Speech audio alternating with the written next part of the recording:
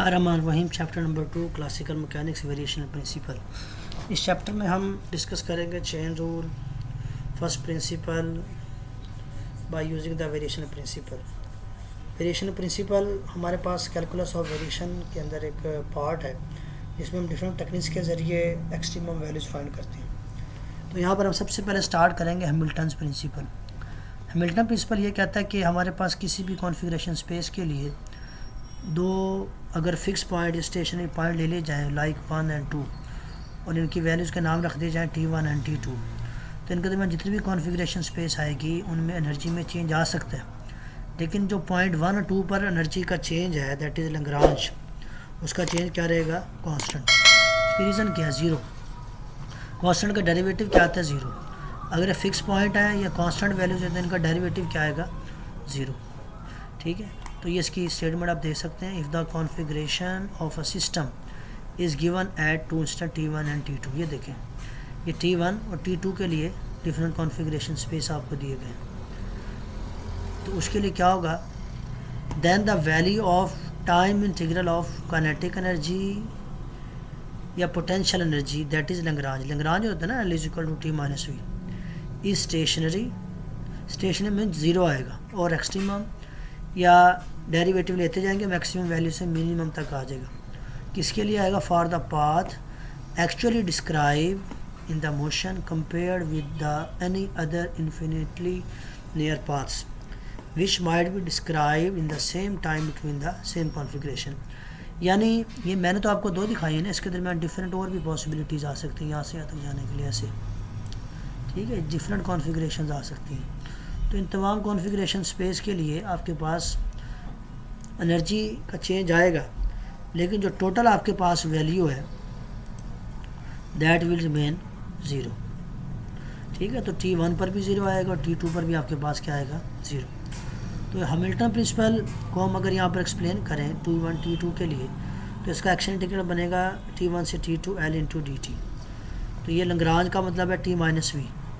तो हैमिल्टन ये कहता है कि T1 पर इसकी वैल्यू एक्सट्रीमम है, T2 पर इसकी वैल्यू क्या है? एक्सट्रीमम यहाँ पर। तो अगर आप इसको रिप्लेस कर दें 1 और 2 को और इसका चेंज ले लें तो तब आपके पास आएगा चेंज, दोनों साइड पर हमने चेंज ले लिया और ये क्योंकि फ़िक्स है T1 और T2, तो ये एक्चुअली आपके पास बन जाना था L को नोकर L T2 माइनस को नोकर L T1। तो अब आपके पास T1 भी फ़िक्स है, T2 भी फ़िक्स है, तो T1 के लिहाज से भी डेरिवेटिव ज़ीरो आएगा, T2 के लिहाज से भी ज़ीरो आएगा। ज़ीरो माइनस ज़ीरो, तो आंसर क्या आएगा आपके पास? ज़ीरो। और यहाँ पर लैग्रांज को अगर आप प्रीवियस चैप्टर से रिलेट करें जिसमें हम लेते थे L as a function of Q dot and T, तो इसका मतलब है L का मतलब है Q1 के लिहाज से भी ज़ीरो आएगा, Q2 के लिहाज से भी, Qn के लिहाज से भी ज़ीरो। इसी तरह ये चेंज Q1 डॉट के लिहाज से भी ज़ीरो आएगा, Qn डॉट के लिहाज से भी ज़ीरो आएगा। तो तमाम वैल्यूज़ के लिए क्या रहेगा? ज़ीरो। तो ये वैल्यूज़ अगर आप इसमें सब्स्टिट्यूट कर दें तो तब भी लैग्रांज का चेंज क्या आएगा? Equal to zero. तो ये देखें, जैसा कि मैंने अभी आपको बताया कि आप T1 के लिहाज से लेंगे और T2 क्योंकि माइनस आ रहा है ना, इक्वल टू ज़ीरो, तो ये माइनस वाली टर्म उधर जाएगी, प्लस आ जाएगी। तो कोई भी मैथमेटिकल टर्म ज़ीरो कब आती है? जब दोनों वैल्यूज़ आपस में क्या है? इक्वल है। तो this is called Hamilton principle. Hamilton principle को समझने के लिए चंद एक आपके पास ये हिंट दिए गए हैं। इसमें conservation of harmonic dynamics, configuration space and monogenic system, ये चीज़ें आपको सिलेबस का पार्ट तो नहीं है लेकिन एज आ इंटरेस्ट आपको ये चीज़ें पता होनी चाहिए। तो यहाँ पर मैं चंद एक एग्जांपल दूंगा जिसमें आपको हैमिल्टन प्रिंसिपल की थोड़ी सी समझ आ जाएगी। हमने अक्सर पढ़ा हुआ है इलेक्ट्रिसिटी में कि current flow from higher level to the lower level, यानी पॉजिटिव से नेगेटिव करंट फ्लो करता है। अब ये दोनों स्टेशनरी स्टेट्स हैं 1 से 2। अब पॉजिटिव हायर वैल्यू और नेगेटिव लोअर वैल्यू दोनों स्टेशनरी स्टेट्स हैं। उसके दरमियान में बल्ब लगा दें, फ़ैन लगा दें, कोई भी चीज़ लगा दें, वो ऑन हो जाएगी। लेकिन ये दो वैल्यूज़ हैं 1 और 2, ये आपके पास क्या है? फ़िक्स वैल्यूज़ हैं। इसी तरह से अगर आप एनर्जी या हीट के फ़्लो की बात करें, heat always flow from hot reservoir to the cold reservoir. तो हॉट रिजर्वायर भी फिक्स है, कोल्ड रिजर्वायर भी आपके पास फिक्स है, लेकिन उसके दरमियान कभी हीट इंजन आ सकता है, कभी स्टीम इंजन आ सकता है एंड सो ऑन। तो तमाम वैल्यूज डिफरेंट वैल्यूज़ आ सकती हैं, लेकिन इनमें आपके पास जो स्टेशनरी स्टेट्स हैं, जहाँ पे हॉट रिजर्वायर या कोल्ड रिजर्वायर, वो क्या रहेंगे, हमेशा के लिए फिक्स रहेंगे।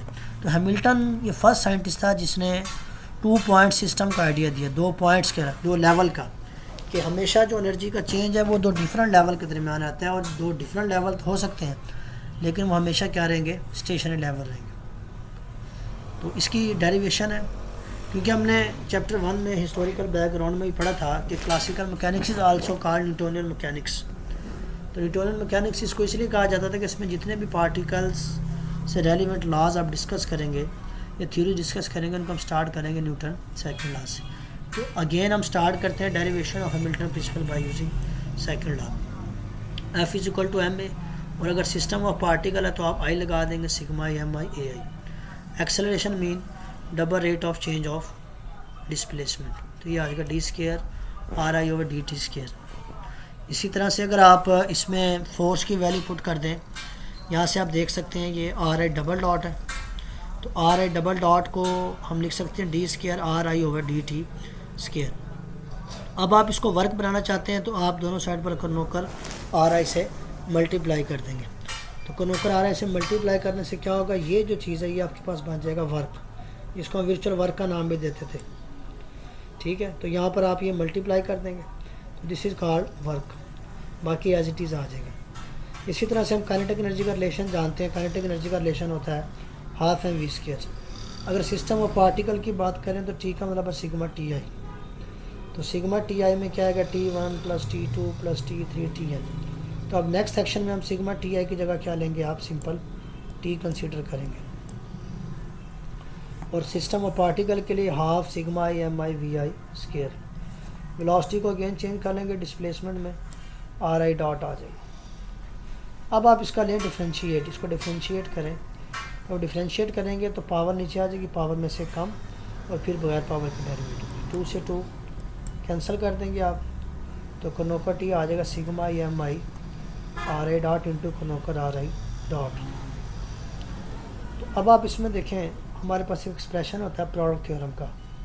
अगर ये टर्म लिखी है तो इसका डेरिवेटिव कैसे लेंगे आप, फर्स्ट आप इसका डेरिवेटिव लेंगे, इसको एज इट इज़ छोड़ देंगे, प्लस इसको छोड़ देंगे, फिर इसका डेरिवेटिव लेंगे, ठीक है। अब ये जो टर्म, अगर आप ऊपर 2 इक्वेशन देखें 2.2 और 2.3, इसकी राइट साइड देखें और इसकी राइट साइड देखें, इनको हम यूज़ करेंगे इसमें, तो ये बन जाएगा कर्नोकर W और ये बन जाएगा कर्नोकर T। अब हम इसको डेरिवेटिव को ख़त्म करने के लिए दोनों साइडों पर क्या करेंगे, इंटीग्रेट। तो इंटीग्रेट कर दिया, लिमिट्स लगा दी T1 से T2, क्योंकि स्टेशन स्टेट्स हमारे पास T1 से T2 है।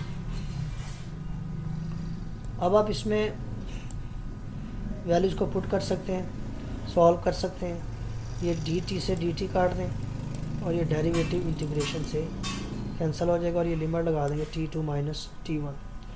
वर्क एनर्जी प्रिंसिपल हमें कहता है work is equal to kinetic change in kinetic energy या चेंज इन पोटेंशियल एनर्जी। तो ये वैल्यू आप यहाँ पर पुट कर देंगे इसमें, और ये लिमिट लगा देंगे। अब लिमिट आप लगाते हैं हमेशा वेरिएबल पर, तो इस पर पहले T2 फिर -T1। T2 का डेरिवेटिव भी 0 आएगा क्योंकि फिक्स पॉइंट है, फिक्स स्टेट है, T1 भी फिक्स स्टेट है, उसका डेरिवेटिव भी 0 आएगा। तो इनमें से दोनों में से डेल को अगर आप कॉमन ले लें तो 0 को ऐड करें, सब्ट्रैक्ट करें, कोई फ़र्क नहीं पड़ता, ये 0 एज इट इज़ 0 आएगा, सारी टर्म क्या आ जाएगी 0। इसमें से आप कर्नोकर को कॉमन ले लेंगे, this is equal to T - V। तो T - V that is equal to Lagrange, तो कर्नोकर L dt is equal to 0। तो this is called Hamilton principal.